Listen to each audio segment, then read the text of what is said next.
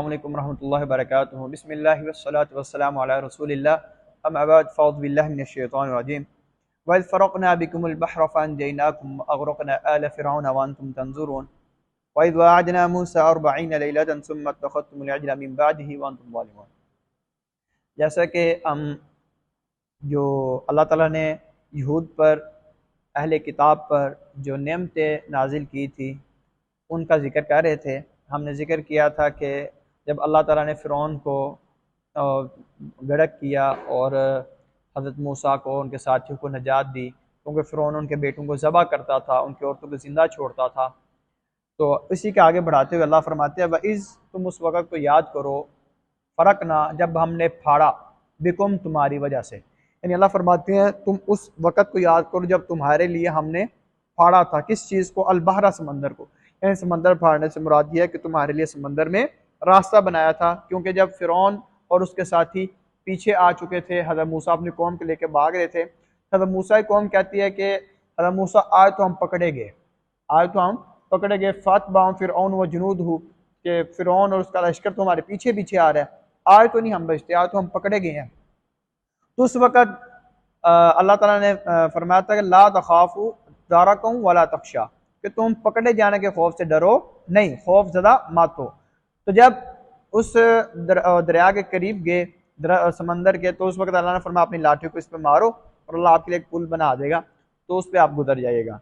तो यही अल्लाह ताला जिक्र कर रहे हैं कि तुम उस वक़्त को याद तो करो जब फ़िरौन तुम्हारे पीछे था और उसका लश्कर भी, तुम्हारा आगे कोई रास्ता भी नहीं था, कोई रास्ता नज़र नहीं था आ रहा, लेकिन हज़रत मूसा ने तुम्हें ये यकीन दिलाया कि तुम अपने रब पर यकीन रखो, जिस रब के लिए तुम निकले हो, जिस रब का तुमने दामन थामा है, वो तुम्हें ज़ाया नहीं करेगा। फिर उस वक्त अल्लाह ने फरमाया लाठी को मारो, जब मारा तो अल्लाह ने रास्ता बना दिया। तो फिर उस रास्ते को अबूर किया, वो जब उस रास्ते से गुजर गए तो पीछे बचा था फ़िरौन, उसको डुबो दिया। तो यही अल्लाह फरमाते हैं, वइज़ फ़रक़ना, तुम उस वक्त को याद को जब हमने फाड़ा था तुम्हारी वजह से समंदर को, फिर क्या किया? फ़अनजयनाकुम, फिर हमने तुम्हें निजात दी।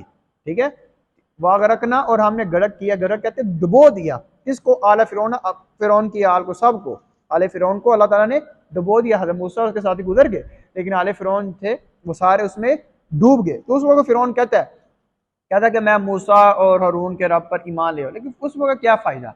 क्योंकि अल्लाह के रसूल सल्लल्लाहु अलैहि वसल्लम की हदीस भी है ना कि इंसान की तौबा उस वक्त तक होती है जब तक उसकी मौत हलक तक ना पहुंचे, लेकिन जब आखिरी सांस तक आ गया, फिर वो चाहे जो मर्जी के मराब को मंद हो, जो फिर उस वक्त माफ़ी कबूल नहीं होगी, तौबा उस वक्त कबूल नहीं होगी।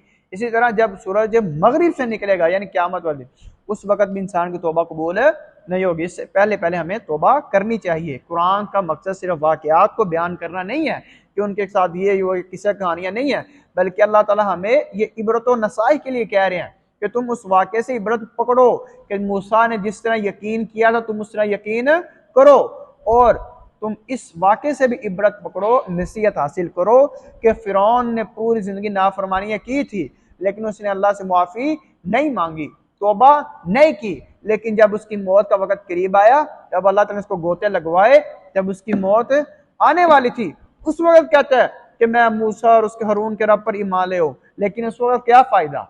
उस वक़्त क्या फ़ायदा जब आपकी जान ही जा रही है? इसलिए हमने ये समझना है, ये नसीहत इस आयत से हम हासिल कर रहे हैं कि यकीन हज़रत मूसा वाला कि रास्ता कोई नहीं है, फिर भी रब पर यकीन है, और मौत के आने से पहले पहले, हदीस के अल्फाज मालम युगर्रिब, जब तक हलक तक आपकी सांस नहीं आ जाती, उससे पहले पहले माफ़ी मांग ले। तो ये अल्लाह ताला कह रहे हैं कि तुम फ़िरौन की तरह ना बनो, उस वक्त आखिरी टाइम पे ना मानना मुझे, पहले अपने गिरेबानों में झांकना, अपने ज़मीर का जायजा लेना कि तुम किस तरफ जा रहे हो। तो इसलिए हमें दुआ भी करनी चाहिए कि अल्लाह हमें मौत से पहले पहले सच्ची तौबा करने की तौफीक अता फरमाए। ठीक है, आगे अल्लाह फरमाते हैं वह अन तुम तंजुरून, और ये तुम मंजर उस वक्त देख भी रहे थे। आगे अल्लाह फरमाते हैं वह इज़ वाअदना, और जब हमने वादा लिया। अब ये बात कंप्लीट हो चुकी थी, इसमें दो हमने नसीहत हासिल की, याद कीजिएगा, रखिएगा, मैं पूछूंगा आपसे। वह इज़ वाअदना, और जब हमने वादा लिया मूसा से 40 लैलतन रातों का, यानी 40 रातों के लिए अल्लाह ताला ने हज़रत मूसा से कहा तूर पहाड़ पर आप आ जाइए, तो आपको हम ये किताब देंगे। तो फिर हज़रत मूसा तो चले गए तूर पहाड़ पर, पीछे से कौम ने क्या किया? हज़रत मूसा अपना नायब बना गए थे हज़रत हारून अलैहिस्सलातु वस्सलाम को, कि तुम इनको मेरे पीछे पीछे लेकर आओ। तब मूसा को अल्लाह ने पूछा कि मैंने तुम्हें बोला था कि अपनी कौम को साथ लेके आना, तुझे किस चीज ने, वो मैं आदला का, किस चीज ने तुझे ये उबारा है, किस ने तुम्हें बोला कि तुम जल्दी जल्दी आ जाओ। वो कहते हैं मैं सिर्फ इसलिए जल्दी आऊं कि मैं अपने रब को राजी कर लूं कि रब का हुक्म आ गया, मैं रब उस पर लब्बैक कह दूं। इससे भी हमें पता चलता है कि अगर रब का हुक्म आ जाए तो जिस तरह मूसा ने लब्बैक कह दिया है, हमें भी अल्लाह को राजी करने के लिए, खुश करने के लिए लब्बैक कहना चाहिए।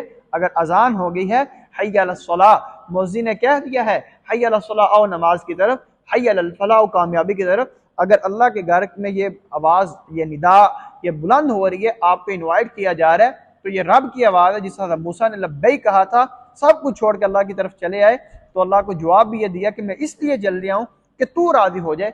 हमें भी ये सबक हासिल करना चाहिए, और इसका मकसद भी ये था कि हम सबक हासिल करें कि हमने जिस तरह अम्बिया ने जिंदगी गुजारी है, हमने उस तरह जिंदगी गुजारनी है। तो फिर हज़रत मूसा ने कहा था हारून को कि अपने वो कौम को पीछे पीछे लेकर आता रहे, लेकिन रास्ते में आ रहे थे, एक सामरी था, ठीक है, तो एक कहा जाता है कबीले का नाम था, यो शख्स का नाम था सामरी। उसने क्या किया कि लोगों के, जब वो आ रहे थे ना, उन्होंने जेवरात पहने हुए थे, बोझल हो गए थे, काफी वजनी, तो उसने क्या किया, अपने जेवरात को उतारे और एक जगह पे फेंके, सामने में फेंके, दूसरे लोगों में फेंके, और फिर वहां से सामरी ने क्या किया, एक बछड़ा बना दिया जिसमें से लहू खुआर, ये कुरान पाक की आयत है, उसमें आवाज भी आती थी। फिर उसने सामरी ने उनके पीछे लगा दिया उस बछड़े की, वो पूजा करने के लिए, इबादत करने के लिए, यही तुम्हारा रब है मूसा, वो इसी रब का तुम्हें कह रहे थे, उसने उसके पीछे लगा दिया। तो जब ये सारा मंजर, जब हज़रत मूसा को पता चला कि पीछे ये कौम ने किया, हज़रत मूसा जब वापस आए तो देखा, हज़रत हारून से पूछा ये तुमने क्या किया है, किस तरफ तुम मेरी नाफरमानी करना चाह रहे हो, क्यों तुमने इनको पीछे ये बुरे काम पीछे लगा दिया। कहते हैं मैंने नहीं लगाया, ये सामरी ने काम किया। तो फिर सामरी के लिए हज़रत मूसा ने बददुआ भी की थी, तो वो उस बददुआ के जरिए वो आता है ना, ला मिसास अला, कि तुझे इस तरह बददुआ की कि जिस तरह कोरोना वायरस है ना, कि किसी को छूना वगैरह भी नहीं है, इस तरह की उसे बददुआ की कि वो काफ़ी बुरी मौत मरा था, क्योंकि उसने अल्लाह को छोड़ के किसी और की तरफ इबादत पे लगाया था। उसी का मंजर अल्लाह ताला यहाँ पे खींच रहे। अल्लाह फरमाते हैं जब हमने मूसा से 40 रातों का वादा लिया ना, सुम्मत तखस्तुम, फिर तुमने पीछे से काम क्या किया था, इत्तखस्तुम, तुमने बना लिया था, माबूद, ये ब्रैकेट में लिखेंगे, अलीजला, बछड़े को, यानी जो बछड़ा तुमने उसको तो माबूद बना लिया था, मिन बाद ही, उस मूसा के तूर जाने के बाद, व अंतुम ज़ालिमून, हालांकि तुम जुल्म करने वाले थे। आखिरी आयत, सुम्मा अफौना, फिर हमने दरगुजर किया, अनकुम, तुमसे, मिन बाद ज़ालिका, इसके बाद, अल्लाह कहते हैं फिर माफ़ी मांगी, फिर हमने तुम्हें मुआफ़ भी कर दिया था, जबकि ये मुआफ़ करने वाला काम नहीं था। लअल्लकुम तशकुरून, माफ़ क्यों किया था, ताकि तुम शुक्रिया करो, अल्लाह के शुक्रगुजार बंदे बनो। आज की हदीस का टाइटल है कि आदमी का बेहतरीन जो सरमाया वो क्या है। इसके मुतालिक आप सल्लल्लाहु अलैहि वसल्लम की हदीस भी है। आप सल्लल्लाहु अलैहि वसल्लम फरमाते हैं, हज़रत अब्दुल्लाह बिन अब्बास बयान करते हैं कि आप सल्लल्लाहु अलैहि वसल्लम ने फरमाया, खैरु मा यकनिजुल मरउ, बेहतरीन जो आदमी का सरमाया, जो खजाना है वो क्या है, अल मरअतु सालिहा, वो नेक औरत है। जिस शख्स के पास नेक औरत है, वो समझ ले आदमी के पास बेहतरीन सरमाया, उसकी दुनिया भी जन्नत बन जाती है, जिसकी बीवी नेक है, सालिहा है। क्योंकि आप सल्लल्लाहु अलैहि वसल्लम फरमाया, इदा नज़रा इलैहा सररतु, उसकी आप जो खूबियाँ, क्वालिटीज हैं, उनको बता रहे हैं। आप सल्लल्लाहु अलैहि वसल्लम ने फरमाया, इदा नज़रा इलैहा सररतु, कि जब भी उसका शोहर खामन उसकी तरफ देखे तो वो उसको खुश कर दे, व इदा अमरहा अताअतहु, और जब भी खामन उसको किसी काम का हुक्म दे वो उसकी फरमा बरदारी की, यानी बशर्ते कि वो काम शरीयत के खिलाफ ना हो, जो भी काम के है उसकी वो फरमा बरदारी। ये दूसरी खूबी है नेक औरत की। और तीसरे नंबर फरमाया, व इदा गाब अन्हु अनहा हाफिज़तु, और जब वो शहर गायब हो उसकी अदम मौजूदगी में, उसकी गैर मौजूदगी में, जब वो घर पर ना हो तो क्या करे, हाफिज़तहु, वो औरत उसकी हिफाजत करे, उसके इज्जत की हिफाजत करे, उसके घर की हिफाजत करे, उसकी औलाद की हिफाजत करे, उसके माल की हिफाजत करे, यानी हर एक चीज जो खामन किया उसे अपना समझकर एक मुहाफिजा बनकर उसकी हिफाजत करे।